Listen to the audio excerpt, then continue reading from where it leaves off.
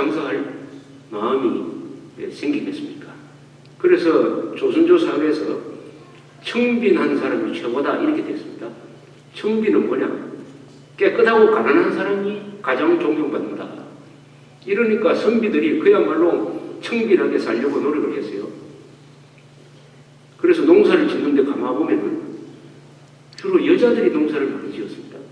모섬하고 짓고, 그 다음에 선비들은 그냥 집안에 들어가 껴가지고 옛날 책을 펴놓고 달달 외우고 했습니다. 그게 조선조의 선비들의 삶이었습니다. 선비들의 삶이 그랬습니다. 그래서 청빈사상. 그런데 말이 좋아 청빈사상이지, 깨끗하면은, 가난하면 절대로 깨끗해질 수가 없어요. 청빈이란 말은 말로서는 존재하는데 이 세상에서는 청빈한 사람은 없습니다. 부자라야 깨끗해집니다. 부자 나라라야 깨끗해져요. 이 국제기구에서 세계 투명성위원회라는 데가 있어가지고 세계 여러 나라의 그 부정부패를 랭킹을 냅니다. 제일 깨끗한 나라와 제일 부패한 나라 랭킹을 내면 항상 제일 위에 가는 나라가 핀란드, 노르웨이, 스웨덴 같은 이 유럽 나라입니다. 아시아에서는 일본, 싱가포르, 한국도 여러 가지 문제가 많지만은 그래도 깨끗한 나라 축에 된 것입니다. 세계 185개국 중에서 제일 부패한 나라에는 무조건 북한이 제일 가장 부패한 나라입니다. 그리고 소말리아, 해적이 막 설치는 소말리아, 이디오피아, 수단 이런 나라가 세계에서 가장 부패한 나라입니다. 즉 가난하면 부패해지고 부자가 되면 깨끗해지는 것입니다. 우리도 그렇지 않습니까? 요새 공무원들 보면 옛날 공무원들보다 훨씬 깨끗해졌어요. 왜냐? 월급을 많이 받기 때문입니다. 월급. 그래서 이런 사상을 뭐라고 하느냐? 청부사상이죠. 깨끗한 부자가 돼야 깨끗해질 수 있다. 청부사상. 이런 식으로 사람의 생각을 돌려놓은 것이 바로 기독교였고, 기독교의 그 긍정적인 상업과 공업에 대한 긍정적인 생각을 바로 절묘하게 표현한 게 이 마태복음 25장 14절부터 29절인 것입니다. 여기서 또 예수님은 공짜를 대단히 싫어하시는 분으로 나옵니다. 공짜를. 그리고 게으른 사람을 굉장히 싫어하십니다. 여기서 한 달란트를 받은 사람이 얼마나 게으릅니까? 그것 가지고 이자라도 놓았으면 이자라도 좀 생겼을 텐데 그 땅속에 파묻어 놓고 자기는 아무것도 안 하고 이걸 말하면 뭐라 그럽니까? 세상을 안전하게 사는 사람이지. 안전빵으로 산다 그러죠. 그런데 예수님이 보시기에는 제일 나쁜 사람은 아무것도 안 하고 차라리 어디 은행에 맡겨가지고 이자라도 받을 생각은 안 하고 땅속에 파묻어가지고 그냥 그대로 가지고 가는 사람. 가장 반시장경제적인 사람입니다. 가장 반자본주의적인 사람이에요. 능력이 없어서가 문제가 아니라 게으르기 때문에. 자본주의 사회에서는 부지런한 사람이 선한 사람입니다. 자본주의 사회에서는 부지런해야 돼요. 체력이 있으면 부지런해야 됩니다. 부지런해야 될 의무가 있는 것입니다. 부지런하면 반드시 돈을 벌게 되어 있는 것입니다. 왜 게으르냐? 이 게으름 가지고 이 주인의 말을 빌려가지고 예수님이 얼마나 책망을 하고 있습니까? 더구나 예수님이 이 한 달란트를 주었더니 땅속에 파묻고 그냥 가져온 자에 대해서 분노하시는 게 있습니다. 이 사람이 그냥 가만히 있었으면 됐는데 이렇게 이야기를 하지 않습니까? 주여, 당신은 굳은 사람이라 심지 않는 데서 거두고 해치지 않는 데서 모으는 줄을 내가 알았으므로. 이거 완전히 종이 주인을 오판하고 있는 거예요. 심지 않는 데서 거둔다는 사람은 공짜 아닙니까? 그죠?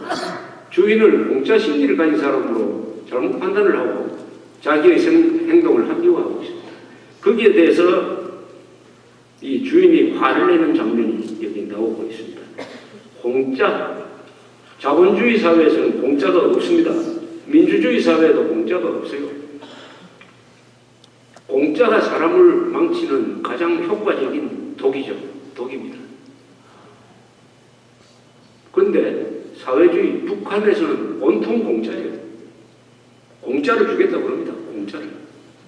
자본주의가, 공산주의는 공짜고 원하는 대로 먹고 하고 싶은 대로 일한다. 그게 공산주의 사회입니다. 원하는 대로 먹고 즐기고 하고 싶은 일만 하면 된다. 그런 사회를 만들겠다는 거예요. 그런 사회를 어떻게 만듭니까?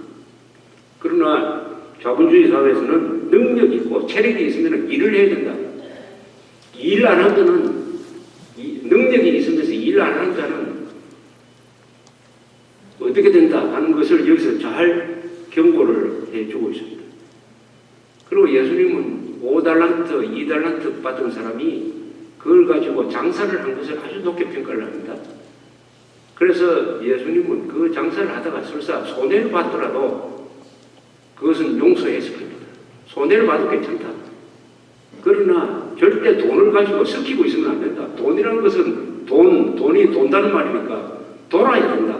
돈이라는 것은 왜 돌아야 되느냐? 여러분 저수지에 물이 있으면은 이걸 물에 저수지에 딱 가둬 놓으면은 저거 아무런 생산력이 없어요.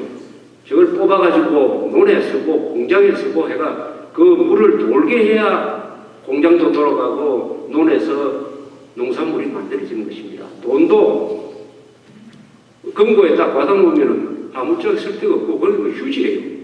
그러나 그 돈을 남한테 빌려주고 자기가 투자를 하고 그 돈으로 공장을 세우고 해가지고 건설하고 생산할 때 비로소 거기서 좋은 게 만들어지는 것이니까 돈은 반드시 돌려야 된다 하는 이 위대한 자본주의 철학을 말씀하시고 있습니다. 그리고 예수님께서는 정말 기가 막힌 이 자본주의의 논리를 이렇게 설명하고 있어요. 나중에 그 한 달란트를 그냥 그대로 가지고 온 사람, 그 한 달란트를 받아가지고 그걸 누구한테 줍니까? 5달란트를 가지고 5달란트를 만들어가 10달란트를 가지고 있는 사람한테 주어버립니다. 그러니까 이게 뭡니까? 잘하는 사람을 더 잘하도록 만드는 거예요. 잘하는 사람을 더 잘하도록 만들고 못하는 사람은 다 있던 것도 빼앗아버립니다. 이게 아주 냉혹하게 보이죠? 그렇지 않습니다. 게으른 자니까 게으른 사람과 부지런한 사람은 더 부지런하게 만들고 게으른 사람한테는 동정심을 주지 마라 하는 거 아니겠습니까? 예수님이 약자와 소외된 자와 병자들을 도우러 여기 오셨지만은 게으른 사람을 무조건 도우라는 말씀을 한 적이 없어요. 게으른 사람, 아무 노력도 안 하는 사람, 자조 능력이 없는 사람, 자조 의지가 없는 사람, 스스로를 돕지 않으려고 하는데 누가 돕습니까? 가난은 나라도 부지할 수 없다는 말이 옛날에 있었어요. 그때 그 가난이라는 것은 뭐냐? 가난을 해치고 부자가 되겠다는 의욕이 없는 사람은 국가도 도울 수가 없다. 박정희 대통령이 바로 이런 심리를 가지고 있었던 사람이었어요. 1970년대에 우리가 성공한 게 몇 개 있습니다. 그게 오늘날의 대한민국을 바치고 있는 근간이 되고 있어요. 석유 위기가 왔을 때 오일 마리가 모이는 중동으로 진출해가지고 중동 건설 시장을 개척을 해서 중동에서 벌어들인 돈 가지고 중동에서 석유를 사오던 화물진흥이 되었습니다. 호랑이 굴로 들어갔어요. 그 다음에 중화공업을 건설을 했습니다. 자동차, 제철소, 전자, 비철금속, 조선 뭐 등등 오늘 한국 경제를 돌리고 있는 그 근본되는 회사가 다 70년대에 만들어졌어요. 그리고 새마을운동을 통해서 농촌이 잘 살게 되었습니다. 이 새마을운동을 할 때 박 대통령의 철학이 뭐냐면 그때 우리나라에 약 3만 개의 불악이 있었어요. 3만 개의 불악 중에서 일단 철근하고 시멘트를 줘보자. 이걸 가지고 뭘 하는지 한번 보자 해서 다 나눠줬습니다. 한 시간이 지나서 보니까 어떤 마을에서는 철근, 시멘트 받아가지고 우물도 새로 파고 다리도 만들고 마을 회관도 짓고 이렇게 하는데 또 어떤 마을에 가니까 다 개인 한 집 한 집 다 나눠가지고 막 없어져 버렸어요. 그 뒤에 딱 검사를 해가지고 잘한 마을에는 다음에 더 주라. 아무것도 하지 않는 데는 하나도 주지 말아요. 이랬습니다. 마을을 딱 등급을 매겼어요. 잘하는 마을에 집중적으로 지원했습니다. 그러니까 우리나라 3만 개가 되는 마을에서 경쟁이 붙기 시작했어요. 아무것도 안 하고 있으니까 옆마을에서는 새마을 지도자가 나타나가지고 다리도 짓고 배관도 짓고 하니까 그게 또 정부에서 지원이 왔다. 더 잘 된다. 야, 이거 우리 이렇게 가만히 있다가는 안 되겠다. 우리도 뭘 해보자. 해서 특히 여성 지도자가 새마을 지도자로 나서가지고 마을 사람들을 동원하고 겨울에도 화투 치지 말고 나와서 일 좀 하자 해가지고 이 한국의 농촌에 활기를 불어넣어서 새마을 운동이라는 아주 세계적인 농촌 운동으로 성공했습니다. 그 비결이 바로 오늘 여기서 제가 말씀드린 예수님의 잘하는 사람 지원하고 못하는 사람 동정하지 말자 하는 이 원칙이 적용되었기 때문인 것입니다.